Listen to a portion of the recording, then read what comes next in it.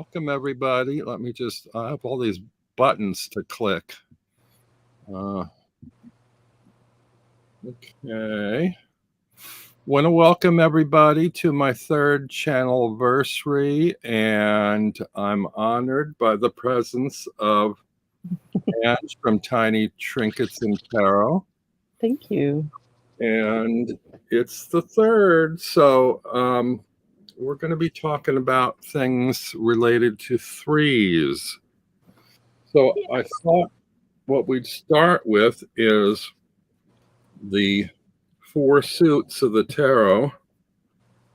And I think one of the reasons I wanted to do this is because a lot of people have significators, and usually they pull their significators from the court cards.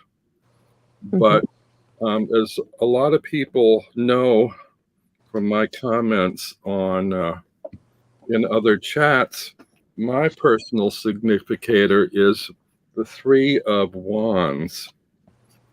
And the reason, I'm not sure of the reason actually, but it's so fitting for me in a way. It's funny. I really love the colors in this card. And that's odd because I don't like red and green together at all. But I think it's because I don't like the usual shades of red and green together. This is sort of a yellowy green and an orangey red. And they sort of work for me. I'm not really big on the Christmassy reds and greens. But I really like this card. And it makes me think kind of when we talk about the Fool's Journey, this reminds me of the Fool, the station of the Fool, such as it is at this stage. And here's, you know, a fool again, sort of on the edge of a cliff. But this time he's not about to gaily walk off the cliff. He's standing there considering that forward step, the next step. And the thing that, I mean, this is me really, you know, I've gone a certain way on my journey in life. I've accomplished some things. And it's like I'm now at this point where I can be a little bit wiser looking forward and consider my next step. What do I want to do next? And I'm always that way because I'm always exploring and trying to find new things to do or creative things to pursue. So I don't think there could be a better card in the deck actually to describe me, because there's also an element of sometimes I'm afraid to take that next step. I'm not sure of myself or what that step is going to be, or I feel a little insecure. You know, there are a lot of situations in my life where I didn't jump off the hill there to go the next step because I was too worried about, you know, being secure financially. You know, I didn't take some opportunities. I passed over some opportunities because I thought, oh, I can't risk it. I need to be a little more safe now. And that's in here too. You see how he's like holding firm to one of those wands. Right. So I think this is me, however you look at it. I also love the fact that he's not looking at us. So we don't really know what his attitude or expression is since he's looking away. But I don't know. I guess that's about all I have to say about the Three of Wands, particularly as it relates to me. I don't know if you have any particular ideas about the Three of Wands as a suit. Hi, Orshi. Hey, Orshi. Thanks for being here with us. Well, Robin, thank you so much for having me. I'm excited to be here. And when you invited me on to talk about threes in general, I just sat and pondered it for a bit and thought, what does it mean to me? And I also sat and pondered it in relation to like what it could mean for you and your channel, because I've certainly followed you for a while now and gotten to know your personality, and I really do enjoy your channel. So yeah, just to sort of add on to the Three of Wands, like you were mentioning, I very much see it as increasing momentum, meaning, you know, you went from the ace to the 2, now you're going to the 3. So you've gained that wisdom, you've gained that experience, and now you're sort of putting those maybe ideas into motion, or at least thinking about putting those ideas into motion. And, you know, certainly going into 3 years of a YouTube channel that's a pretty big deal, because you've come like a long way, meaning in terms of growth, in terms of what you want to share, how you want to express yourself. And 3s can be about expressing yourself as well. So I think that's a great card that represents you for sure. I think some people would look at me and say, well, you're pretty long in the tooth for a 3. You should be further along than that by now. But I kind of look at this as a lifelong process. The 3 for me is always, Yep. will always be till the day I die, I think, the next step. If you're not preparing for the next step, then maybe you aren't living. You know, you always have to have something ahead of you on the road. And I'm, to the most part, content in my position where I am. Some would say, oh, you should be more impatient. You should be more ambitious. You know, you should get out there. You should, you know, ride in on a horse. You know, you should be anxious. You should be doing more active, doing things. But I think this is more considered. This is a very considered card, I think. Yeah, and that's one thing I love about you, is like you really do think things through before you share, before you say anything. Like you're really methodical, and that's one part of your personality that I appreciate, and it's different, and I like that. So, yeah. I We saw got Debbie and Emma just came in. I want to say hello to Hey. them. Thanks for joining us. Hello, welcome.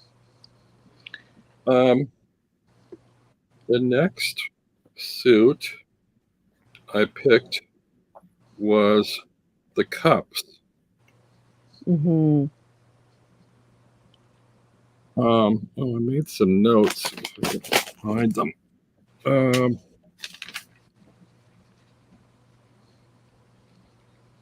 Hi, Connie. Hi, Kaz. Welcome.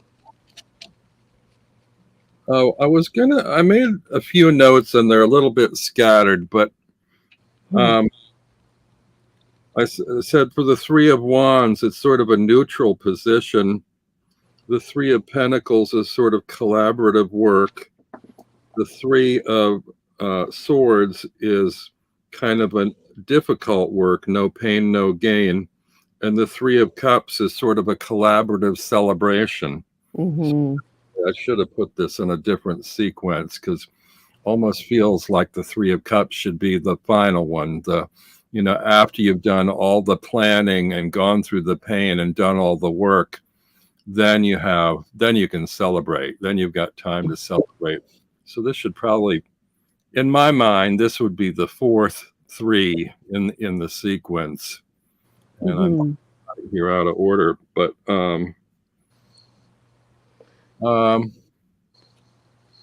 yeah, I don't know what else to say about the 3 here. I was talking just general notes about 3s. A lot of times when I look at cards, little phrases or sayings come to mind, and I use them in my writing. So, like 3 ways of looking at something. What's the 3 suggest to you? Use of 3 in familiar sayings: 3 strikes and you're out. 3 times a lady. 3 coins in the fountain. 3 wishes. Mind, body, spirit. Father, Son, Holy Ghost. Past, present, future. Birth, life, death. 3 little pigs. Heaven, earth, underworld. Black, white, gray. Male, female, non-binary.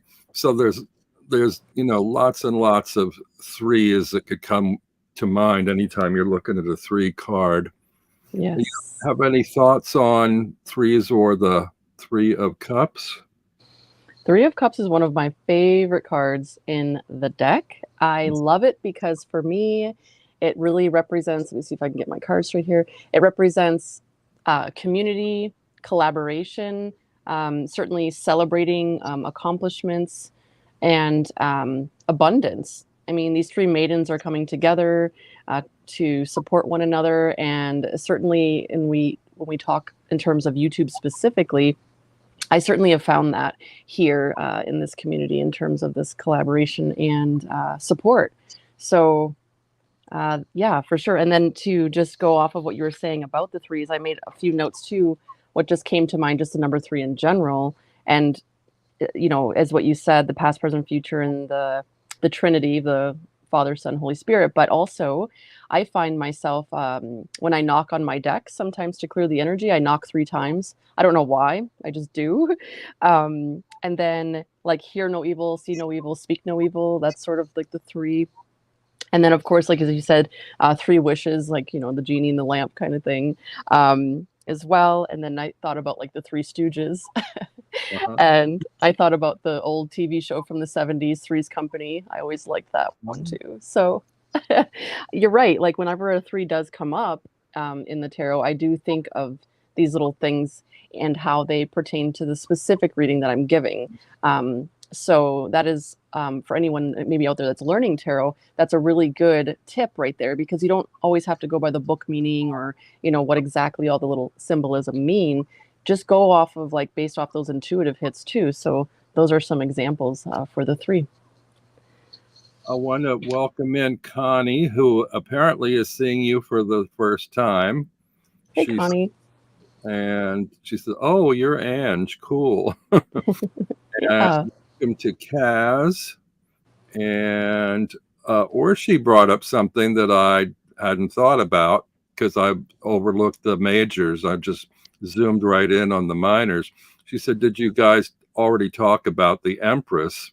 Which we can get into. Maybe remind me after we complete the 4 minors. We can talk about the Empress. So what did I say? Kaz, Pauline DB, hello, and who else?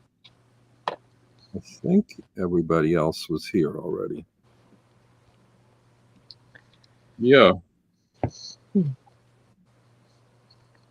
So the next one I have, and this is, I think I mentioned these to you before I scheduled this, and I think you sort of like cringed when I mentioned the Three of Swords. And one of my projects this year is to enjoy and appreciate the dark cards of the deck. I think there's 4 that we generally think of that way, like the Ten of Swords, the Three of Swords, the I guess you could say the Nine of Swords. They're all swords, and the Tower and Death and the Devil. You know, all those are cards that we sort of shrink away from, and I'm trying to find positives in all those. I've also been like playing around with the negatives and all the cards that seem positives too. I talked with Gerald about this. I might do a sort of an alter ego live at some point of like a bad, I'm sort of called a bad tarot reader, you know, that is not supportive and uplifting and diplomatic, but like throws the dark side of the card at you in your reading. Yes. I had pulled the 10 of Pentacles, and I said, "You're from a big family, and they all hate you." So I was doing it just to amuse myself, going through the deck one at a time to see if all the cards could have a dark reading or a nasty or bitchy reading to them. I haven't been all the way through yet, but the first 10 or 15 did. Now, I think probably they all have multiple sides and vantage points to them. But what I was going to say about this card, and a lot of people don't like this card, and I have I've come to appreciate it more. I guess the first thing I think of is heartbreak, but what it really is a swords card, not a cups card. So it's really about communication and thought. And so I think it may be how we process our feelings. how we deal with thinking about our hurts or being able to express our hurts, and how we grow and gain from that experience. And this goes back again to my thing where I said, no pain, no gain. You know, we have to go through difficult stuff to be able to have positive outcomes or whatever. You know, you need the rain, need that rain to have Yes. things grow. Also, I was thinking about this, you know, in this particular version of the card, which is one of the most common and well-known ones, we don't actually see blood. And I was thinking about that. And I've seen instances in TV shows and movies where people have been stabbed or pinned or whatever, and it things where it would cause blood, but because of the pinning, it keeps the blood from actually coming out. It's not till you draw those swords out where that heart would bleed. So that's something to think about, I think, with this card. Mm-hmm. Yes, that's actually a really good point. You know, because even in the medical field where I usually work, anytime someone has something that penetrated their body, we would, you know, prefer that you keep it in until you get to the hospital too, right? So that's a really interesting facet that I had never considered with that card. Yeah, I thought about that recently because I watch a ton of those medical shows, and you always see someone coming into the ER on a gurney with a knife through their neck or a pipe or something, and they go, "No, don't pull it out, don't pull it out." That's right. Yes, for sure, for sure. You know, I've come to develop a different relationship with the Three of Swords than when I first learned tarot. At first, like you were mentioning, it was like one of the scary cards, and if you pulled it, you were kind of like, "Oh gosh, how do I interpret this?" Especially when you're reading for other people. Um, but I personally, when I do readings for myself and it comes up, for me, it's more depression, anxiety. You know, it's more like mental health to me in terms of that. Certainly, that can come up in other people's readings as well, but I as well have learned to appreciate the card and what it has to say because, like you said, we need that in terms of growth. Like it's necessary. Yes, okay, it may not be comfortable, but you have to face these shadowy sides in order to go through and to grow in life. So, Yeah. Yeah, that's reinforcing the need. I mean, I don't think I ever really looked at the rain in this card before. Like, we need the rain to have the sunshine, and this deck has so many yellowy, bright sunshine cards in it, so it's necessary. And we need our heart to live, you know, even though it's got stabs in it here, it's central to the card. You know, it's what keeps our life's blood going. So yeah, there's that kind of interdependence, or yeah, there's it's necessary. I don't think we often think about that. We just think, oh, we're having to deal with this awful stuff or heartbreak or whatever. Oh, this is a bad card because we've got to go through some torment, you know. Let's see what's going on here. MA mentioned a tricycle. Party time with friends. About the Three of Cups, I guess. Connie says, "Oh yeah, never noticed. I'm not sure which she's talking about." But Debbie says, "Love that perspective. When you pull out the hurt and examine it, it's that's when the pain happens." Reminder, human experience. Yeah. And the fourth and final card, the Three of Pentacles. And well, this one is, for me, I always jump to the keyword collaboration when I first look at this, and then I have to dig a little bit deeper. For me, I guess it's sort of building towards something substantial, something of substance, something material you're creating, but you're not doing it alone like you are in the Eight of Pentacles. You're working with other people, even if only they're supervising. There's still some degree of collaboration or involvement between the people. So, yeah, I don't know. All of them somehow seem like they're relating to creating something. You know, Yes. what you're planning to move forward. You're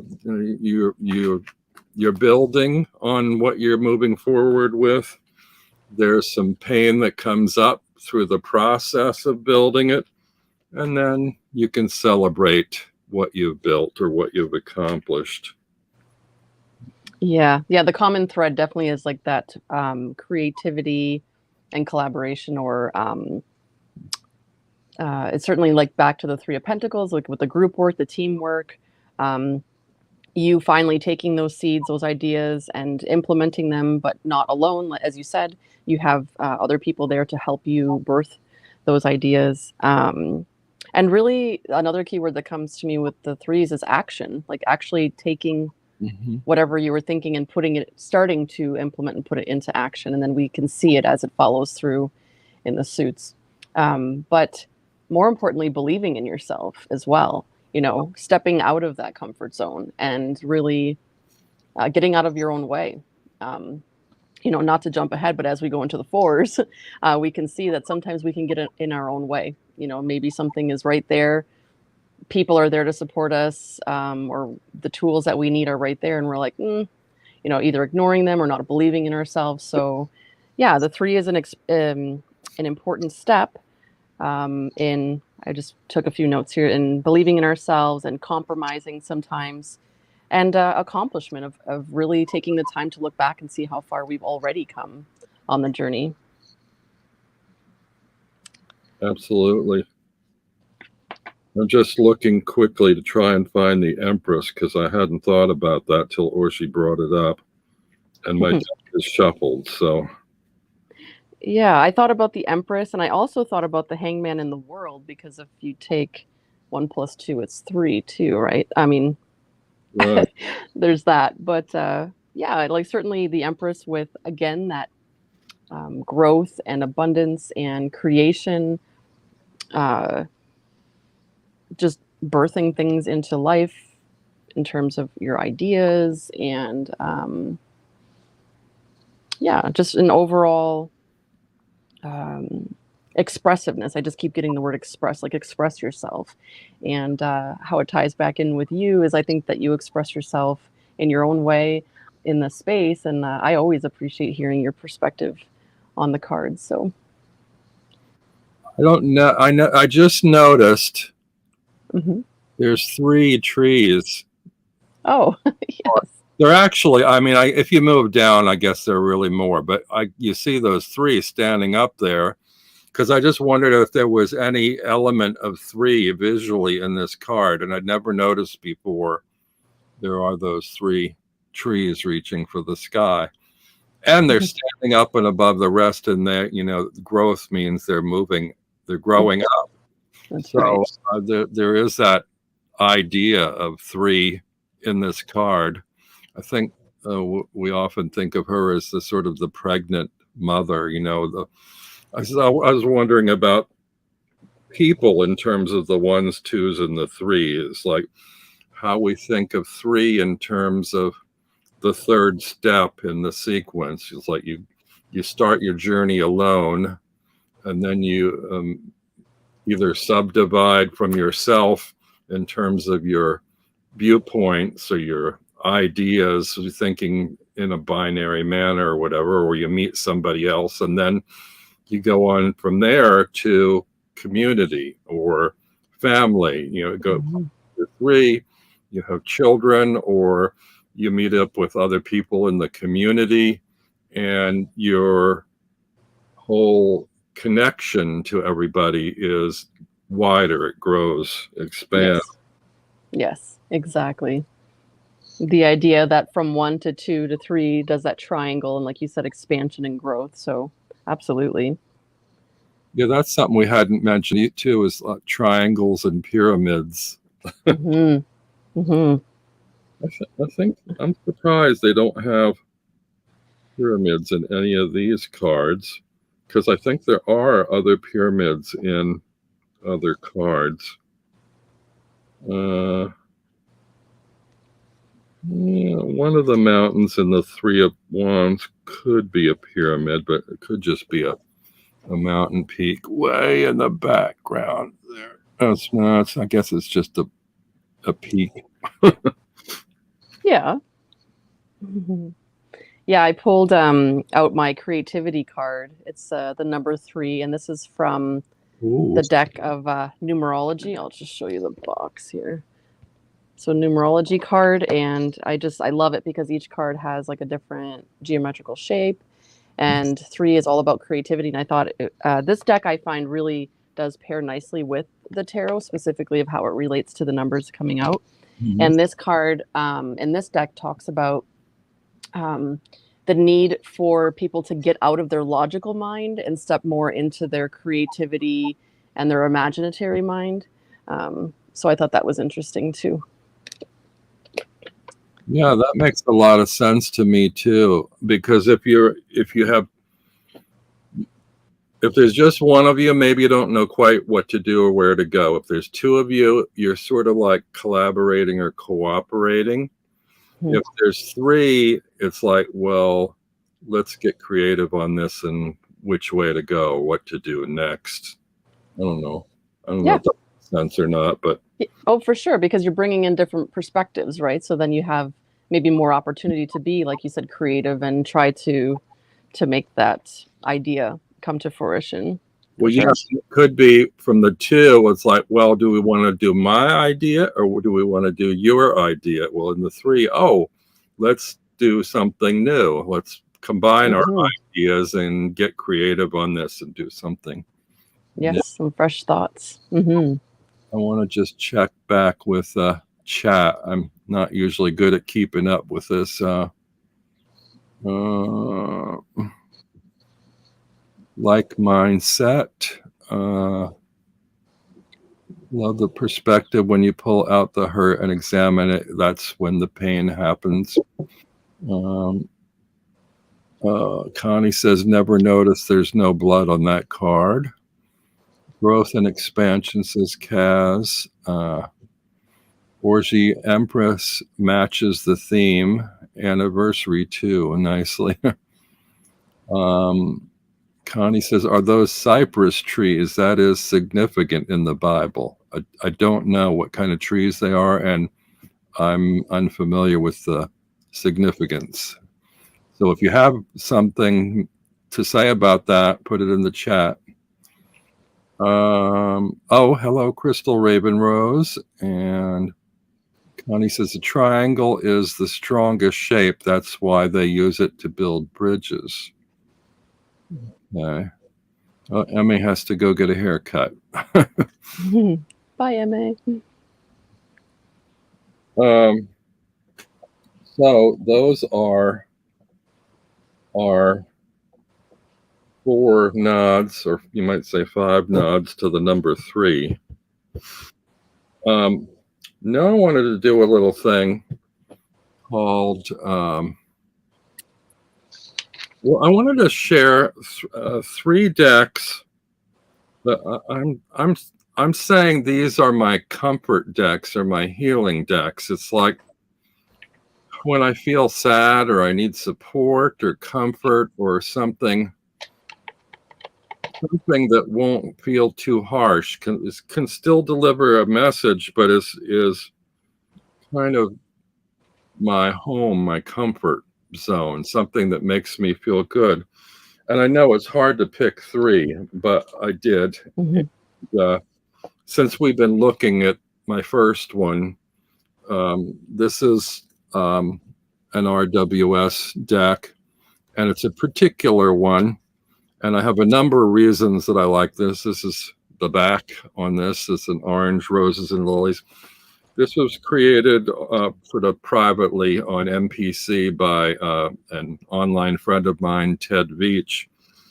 And I absolutely love it. I think it's got the best line work, the best coloring. And it's very much like the Centennial weight in terms of that kind of like antique-y, kind of patchy look in the backgrounds that has, it's sort of grainy kind of. It has a really nice antique-y atmospheric quality that won't communicate well on the camera, I don't think. But maybe you can see a little bit there. It's not like a solid blue. It's kind of antique-y, patchy. And I just really love this. I also love about this that the cards are the perfect size, the perfect weight. I have a thing about cards that are the wrong card stock. They're either too big or too small or too thick, too stiff. This has a nice flexibility to it. I love MPC's card stock anyway. Mhm. It almost has a kind of a waxy finish to it. It's sleek but kind of waxy too. I just really love the feel of it. And part of the thing that makes this a comfortable deck isn't just the imagery, it's the tactile quality of it. It has to feel like the right size in my hand. The cards have to move just right, very comfortably. And I almost go, oh, you know, when I Mhm. deck out and handle it. It has this kind of subconscious feeling that's like a little pat on the back or a little hug or something. There's a comfort aspect to this. And actually, all three of the decks I've chosen, because they're all MPC decks, and I just really love their card stock. And the other thing about comfort in this one, it's not got all comfortable imagery in it, but what's comfortable about it is that I've used it so much that I'm now comfortable with the language of the images. I don't have Mhm. to struggle as much over how to read with this deck because there's a familiarity there, and I think familiarity can breed a degree of comfort with it. Mhm. So that's why this is one of my top 3 comfort decks that I turn to when I feel like, gee, I really need some support or I really need some guidance, but I don't want to be challenged or I don't want to fight with a deck. You know, I don't want to Yeah.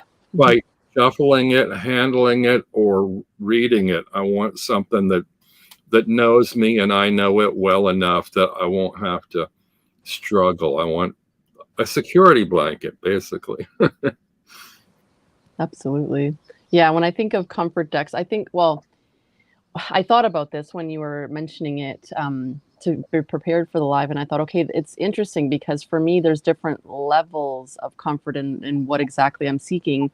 You know, like if I'm seeking comfort from grief, or if I'm seeking comfort just because like I've had a bad day, and like you said, I don't want to fight with a deck. I just want it to like sort of support me. But really, what I sort of zeroed in on for this live is something familiar, like you said, exactly, like something that I just know that when I pick it up, it's like an old friend. It's like a therapist in a box. Mhm. And yeah, one of those for me is Tarot of the Moon Garden. Um, it's just it's just imagery that I'm familiar with. It's sort of whimsical. There's you will see some unicorns popping up in here in a specific way where growing up I always had like unicorns in my room. So it just sort of brings back that comfort of home and childhood and creativity. It just sort of whisks me away to like this different world, where I can go and just reprieve and yeah, and just feel comforted and supported. So that's one of my decks there. Yeah, and it's going to be different for everybody. I watched a video this morning from Candy Soul and Soil about good humor decks that, you which is similar. I don't think it's quite the same thing. It doesn't. I don't think good humor is the same thing as that sort of support. You know, like Mhm, you can look for something in a deck to cheer you up. That might mhm, be good humor, but this is more, like I said, it's kind of like medicine. It's like if you're not feeling quite in comfort when you pick up these decks, you know, before you pick them up from having used them, that they're going to be Yes. the aspirin that you need, or the Pepto-Bismol, or whatever. Yes. Exactly. Yes. I just wanted to check back here.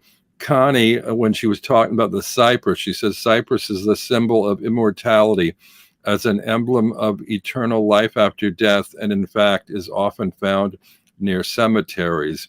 Due to its absolute verticality, its upward movement, it signifies the soul that moves towards the celestial kingdom. It is the tree of Hades, god of the underworld. Interesting.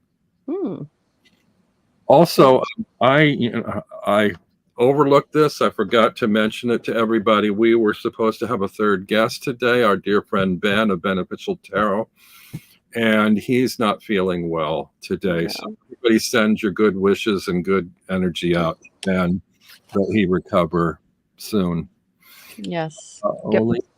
Robin, do you think being a comfort deck for when you feel you need comfort from your deck, the imagery has to do with our age? I'm not sure I follow that. Do you think being a comfort deck for when you feel you need comfort from your deck, the imagery has to do with our age? Like nostalgia, like I was saying, like those specific unicorns on that picture, you know, like they took me back to my childhood, but it probably wouldn't take you back to your childhood, kind of thing. Yeah, I think that's what they meant.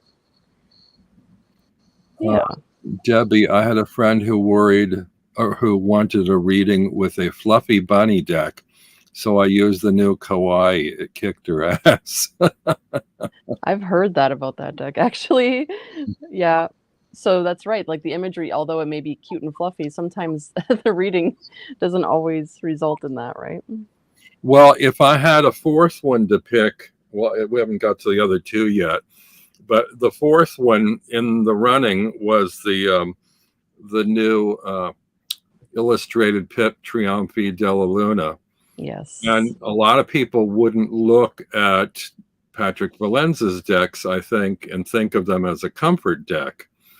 It's getting to be that way for me, even though a lot of the images aren't what one would consider comforting images. But there's a sort of like a humor there that is, and something in the color palette that is, it softens the blows, so to speak. And so if you had to pick one of his decks, that might be the most comfortable. And I'm really enjoying it quite a lot for readings. Oline says, what kind of pictures were comforting to us at a younger age? Nostalgia. So that's what you were saying. Curious about future generations and what imagery will be reflected in their ideas of comforting images. Yeah. Kaz sees the comfort in your deck. Yay. I'm going to the deviant moon. Yeah. Everybody knows the RWS, so it wasn't too much point to linger over it too much. Oh, another thing actually about it, though, I love that this particular one, even though I shouldn't be pushing it because you can't get it because he only did it for himself. I think there might be some issues with other deck creators. There's so many versions of this, you know, the traditional or original version, the vintage versions of the images and so forth. Although I haven't seen any others that look exactly like this, but I never liked this Roses and Lilies back when it was in blue. Somehow in the orange, I really like it quite a lot. And that may say something too, that orange is warm. Blue, the blue I think of as cold or cool or watery, and the blue backs don't feel like they have the same range of warmth in the imagery throughout this deck as this one does for me somehow. That sounds really weird, but funny how sometimes just some little touch and a different deck can change your whole approach to it, because I must have 20 different versions of the RWS, and they're all slightly different in their card stock or their coloring or the line definition or something. But this particular one is my favorite. The second one that's a comfort deck for me, this is very personal and it feels funny to share it. It's the first deck I created. It's the Open Face Tarot. And this actually isn't my first version. I think the first version was regular tarot size. But then I decided to do a mini one. And for some reason, the mini one is just so special to me, so comforting. So again, from a tactile point of view, it's that MPC stock. And because it's a majors only deck and there's only 22 cards, they feel a little more sturdy or substantial in this size than a larger size. And it's not that the card stock is thicker, but I think it's because it's fewer cards. It's somehow, I don't know, is that physics? There's something about it that makes the cards not feel flimsy. And it feels like, just for me, a comfortable, slippery little deck. It also reminds me of like hotel room bars of soap. It's like that size. So it's like ivory color, you know, but it feels clean to me somehow. And there's this idea of light, you know, light versus dark or something. So I get messages in this that, you know, pull me towards the light. You know, they're guidance cards. And this particular one, I took the titles off, so it's just images, which means you're not limited by how you read the titles. You can I think the cards are familiar enough that you can identify what card in the deck they are if you know your majors, but at the same time, you're not pinned down to that definition. You can just read the image like an oracle deck or something and see what you make of that. And then, of course, because I made it and it comes from my subconscious, it's part of me. So that makes it comforting to me, whereas it wouldn't be for other people necessarily. But because those images came from inside me somehow, and I feel almost like I channeled them somehow. It's when I look at it, some of the images, I feel like, where did I come up with that one from? If I logically thought and pondered it, I don't know if I would have gone there. So there's something about this that I really find comforts me in a way it wouldn't to others. And I suppose a lot of people feel that way about decks they create, but I've created about 4 different decks and I don't feel about any of the others the way that I do about this one. That might also be because this was my first deck creation too. I don't know.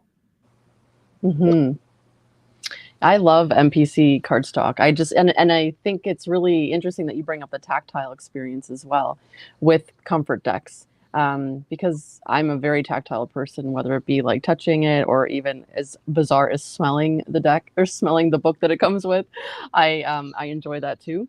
And yeah, like including your own deck, I was wondering if you were going to choose that actually, because I was thinking that. I have not made my first deck yet. I definitely want to, but I can see where that connection would definitely be in there because, like you said, that's part of you. Like you said, you've channeled it. So I'm really glad that you included that. And just to, sorry, that's okay.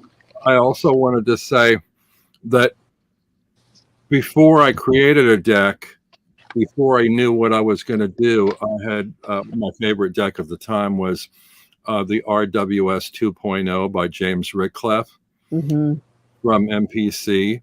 And I loved the cardstock on there. So I knew when it was going to come time for me to create a deck I would use the same cardstock as that deck, and I would feel good about it.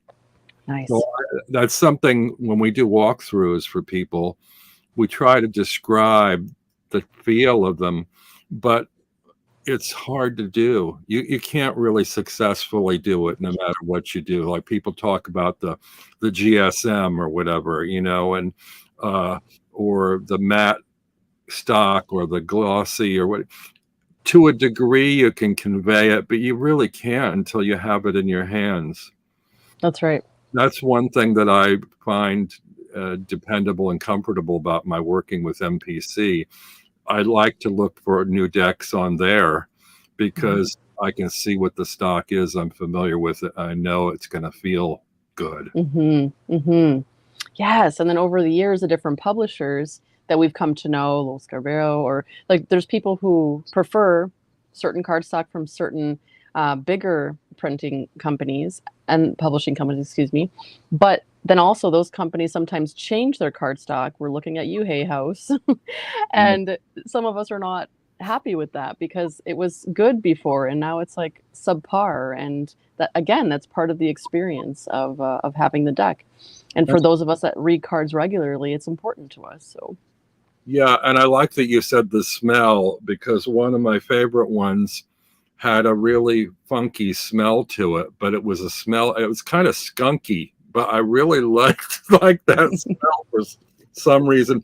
As I've been living with it, the smell is dissipating. It's going, and I kind of miss that, you know, because actually most people wouldn't have liked that odor, but I really liked it. Another thing is the packaging too, which we didn't mention, because the 3 I got came shrink wrapped, and I, you know, have found my own packaging. I have these little vinyl flip boxes and magnetic boxes that I love these cases, but I also do like tins, but I don't like tuck boxes at all.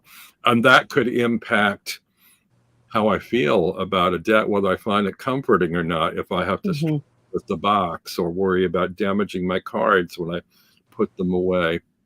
But I'm sorry I interrupted you. I'm sure you forgot your no when you were. no, that's cool. I was just saying like color, texture, all of that matters. I was just trying to read the chat here about some things that people were saying. Or she wants to know what your plans are for your channel are next year, this coming year. And what else do we got here? Gerald, hey. Hey, Gerald. Having trouble with the chat here. Deck sniffer. Yeah.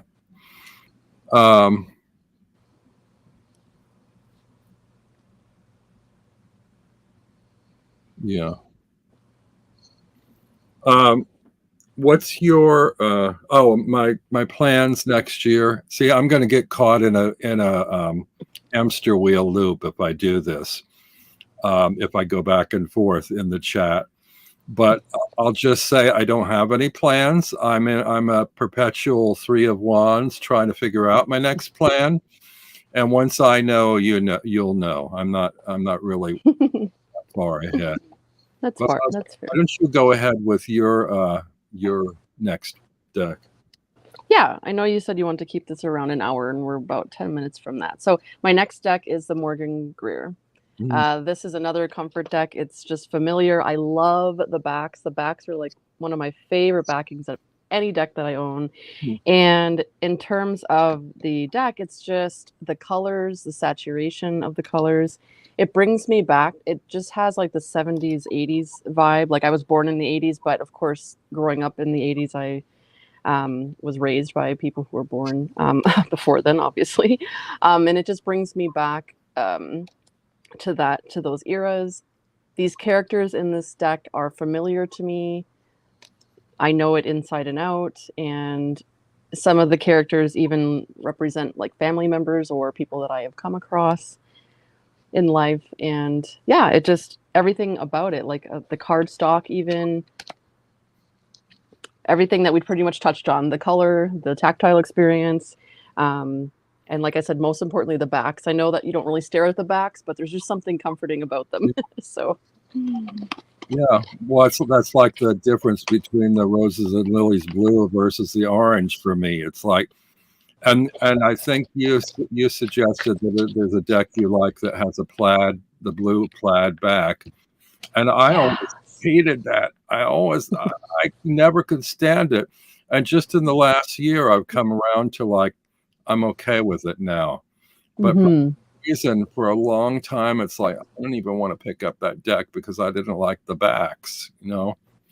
And the Morgan Greer is one that I've wanted to like, and I like the imagery on it. And it's funny when I say I don't like the color. I think it because it's a very colorful deck, but it's odd. Mhm. Like I like the colors in it, but the particular tones of those colors I'm a Yep. curmudgeon about. And I don't know what it is. It's kind of like I see the yellows and the reds in there are like ochre and burgundy or something. You know, they don't quite fit, and the greens are like evergreen or there's something about the shades that I can't quite get with. And I think there are two versions of that. I think there's an older version that had Yes. slightly different tint that looked better to me, but I don't know how I would find one of those. But it's definitely Hmm. on the list to keep an eye out for if I can find a version with the color that I'm comfortable with. But, Yeah, for sure. Yeah, this is not the older one, but it just the colors of this deck also just give me that, like if you look at old advertisements from like the 70s and 80s, it has like the weird tones to it. It just brings me back to that. So looking through Sears catalogs and things of that nature. So that's a good point too, because there's a nostalgic element too that like brings you back to your childhood stuff. Well, I don't know. I'm just assuming that you're old enough yeah. to have been. So if you connect to it or you relate to it, that brings an element of comfort too, in the imagery or in the color palette or whatever from what you knew as a child. I mean, I know so many people that are really big on 80s music. And it's like I'm more of a relate to 60s music because I'm older. You know, it's like Yep. 80s is okay, but compared to the 60s and then 70s is this whole other thing. And Yes. I think the 70s, I think a lot. I love disco, so I mean that's the 70s for me. But you look at ads and things, and it's a lot of polyesters and pastels, as I recall in magazines, and it's just very strange to me. But yeah, so I can see where a lot of that relates to what you've experienced in your life or a time in your life that is a formative period that you Hmm. get into that you really connect to it. Colors also emit feelings, says old. Yes. True. Yeah, colors is a whole topic in itself psychologically. I love that topic. I think I'd like Yeah. to explore that a little bit more in terms of psychology, how we connect to them, how people use it for marketing. It's a whole topic. It's just really fascinating to me. Yeah, I should look into that this year. Maybe we can do another one of these where we're talking about Yeah. focusing on color. I also, somebody earlier had mentioned, not in this chat, but earlier today, had mentioned pairing decks, which I don't do. I don't pair a Mhm. deck with another deck. To me, they weren't created to be paired together, but people do that. And I'm thinking, well, you know, what's wrong with doing that? Maybe I should give it a try and see what that brings out of a reading if I Mm. pair decks. The only one I paired is I have a ghosted version of my open face. It's like white lines on black, so it's the opposite. And I have paired those. Like I'll do a 5 card on the white cards, and then underneath it 5 in the black cards, and then I sort of look at them like the one on the bottom is the darker aspect or the darker perspective on the one on the top.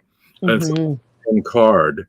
It's a different card in the deck in the majors, but it's that relationship between looking at the lighter side of things versus the darker side of things on these two different cards.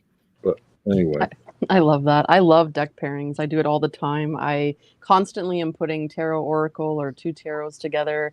I think it just brings just a different depth to it, if that's what you're looking for. If you're just looking for a simple, quick reading, then no, pairings wouldn't make sense. But I think it can bring a little bit more flavor to the readings, and it's fun too. Some of the imagery, when you flip over the two decks, you just like sometimes you can't believe how well they go together. Like you said, it's not made to go together, but some of them you would kind of think, wow, that's synchronicity right there. So it's pretty cool. it looks like we might be having a little buffering issue on your camera. I don't know if it's the connection or what. We're almost done though, so as long as I'm hoping we'll be able to see the next deck that you're showing, and Okay. because we can hear you okay, I think. All right. All right. Let's go with here. Let's see if we can. Or she says, mixing decks is my jam. Yes. And Cass, as far as the colors, a la chakras. So yeah, I mean, I don't think of them so much as chakras when I look at colors, but they definitely have an emotional impact when I look at them. You know. Okay. And did you show your third deck, or am I just? No, I didn't. It I doesn't didn't. matter, but I will. My third one is the Mara Loon. Oh, do you have that one? I do not, but I've seen it many times out here, and it is beautiful. And I think this has the most beautiful card back design of any deck I've ever seen personally. It just appeals to me. It's the image and the color. I mean, I'm really big on yellow green, but I also love this sort of turquoisey color. And the combination of these greens and this bluish green, and the beige back too, and the little vines. I don't know. I just absolutely love this back design. And the beige there, it's on the front of the cards too. All of these cards are set with skies or a ground that is kind of like a sandy beige to it, and sort of neutral, which I find a very comforting kind of a place to be. And also this has a very sort of peasant-like feel, in a place where the world moves slower. There's a lot of crafting in this stuff. And there are no cards that are upsetting. I mean, the Tower card, it's a tower in a storm, and there is a little visible crack in the tower, but nobody's falling from the tower. And there are swords cards in this deck, but nobody's fighting. And even the wands, nobody's fighting. So like here you have the swords, and it's a typical kind of RWS thing, but it's not a hurtful or harmful card. There's a lot of just real, and a lot of the people in the deck have their eyes closed, like they're meditating or they're thinking. I find it such a calming deck. And the colors, I really like the palette of the colors. That's the wheel, and I don't usually like the wheel card. This isn't an absolute wonderful wheel card either, but it's neutral, and I like it better than most of the Wheel of Fortune cards I've seen. I think I would like to be around these people. Here, again, the Strength card. It doesn't even have a ferocious lion in it. It's got a deep, but it still has that notion of strength and, wild beasts and a tameness and this sort of interaction between the two. There's a lot of just, I don't know. I love also there's a lot of crafting in here, like basket weaving, and Mm-hmm. like a really slow, patient, kind of thoughtful activity, a very modest activity. I love this card too. So there's just something about this deck that I find really, really soft and comforting. Even that one is not too bad. I mean, she's not closed in too tight. The bandages or wraps aren't too tight, and it almost looks casual. It's not. It doesn't feel threatening to me the way some of those cards do. Mm-hmm. Yeah, I can definitely. It is a calming deck. The coloration in itself is calming for sure.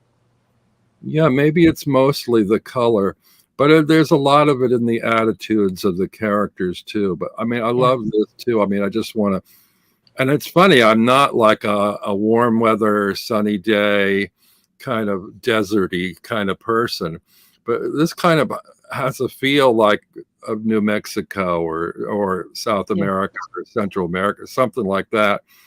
And I guess even on the sunny ones, they're not that bright. I think that Ace of Swords was a little bit bright, Mm-hmm. but they're kind of muted. I just absolutely love the colors in this. It's like here's somebody out in the cold, like we get from the Five of Pentacles, but there's something very warming about that building and heading there, and even having the wraps around the shoulder in the cold. It's a meditation. I love this queen too.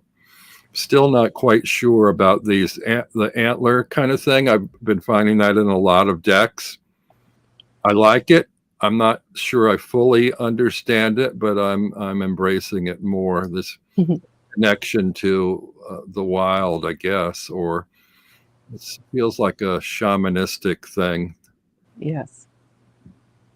Anyway, so this is my third and final deck of my comfort deck, my medicine deck. This this makes me feel uh, maybe the most comfortable out of the three, or maybe I don't know. Maybe mine does, but definitely it's up there. Gerald wants to know if you ever figured out the name of the flower on the back of that deck, Robin. No, I haven't, and it might be nice to know, but even if I knew, it probably wouldn't mean anything to me because I'm not really a gardener or a botanist. So it might give me a little more information symbolically, but no, I don't know what it is. Okay. And my third and final comfort medicine deck would be the Midnight City Tarot. Ooh. And this is what I was saying about it being a little bit synchronistic. I didn't even think it really through until after I chose it. But you're in New York City, and this entire deck takes place in New York City. The creator who created it, she's originally from there, and so she took her ideas and whatnot from New York City and put it into a deck. And so you see some of the transportation down there, and just her ideas from when she lived there. So it's comforting to me because it's different. There's like these different vibrant, almost like neon colors in the deck. And I like I how grew up. the images have a kind of a glow around them, like an energy glow around them. Hmm. Yeah. And I grew up in a big city. I did definitely not New York, but I grew up in Milwaukee. And so there's times where I do miss that big city life. But I am a country girl at heart, of course. But it's different, and there's something comforting about it. And I do like that, like the beings are just, it could be anybody, right? They're just sort of these shadowy figures. So yeah, this is the Midnight City Tarot, and it's just different. So I'm not even really, I don't know if I could really pinpoint of what is comforting about it, but it's just not your typical RWS imagery. And like the Fool, you know, you're on this airplane going somewhere. So you've got the subways and yeah. So that is my third and final medicine deck that I've been really enjoying. These are the backs for anybody that wants to know that too. So, Or she doesn't know that one, and Debbie almost got it. And let's see, I'm going backwards. Her Crafty Tarot has those vibes. Not sure which of the two decks she means, but love those backs. Really important to me. Hello, Antoinette. Hello, Joan. Well, I think that more or less covers it. I mean, everything I wanted to touch on today. I didn't want to keep people on too long. I want to thank you for joining us today. I want to thank Ange for being here with me and sharing all the insights. And a big wave and hug out there to Ben, and hope he feels better soon. Feel better soon, Ben. We miss you for sure. Yeah, well, thanks for having me, and congratulations. Happy Channelversary, and to many more. Like I said, I've always enjoyed your channel and your company. So just keep doing what you're doing. We'll see. Next year will be the 4th. We'll see. Maybe I'll have 4 guests on next year. But it gets harder to juggle the more guests that you have on. So we'll see. This worked out well. So thank you. Thank everybody. Thank you, everybody, for joining in today, and see you all soon. Bye. Bye.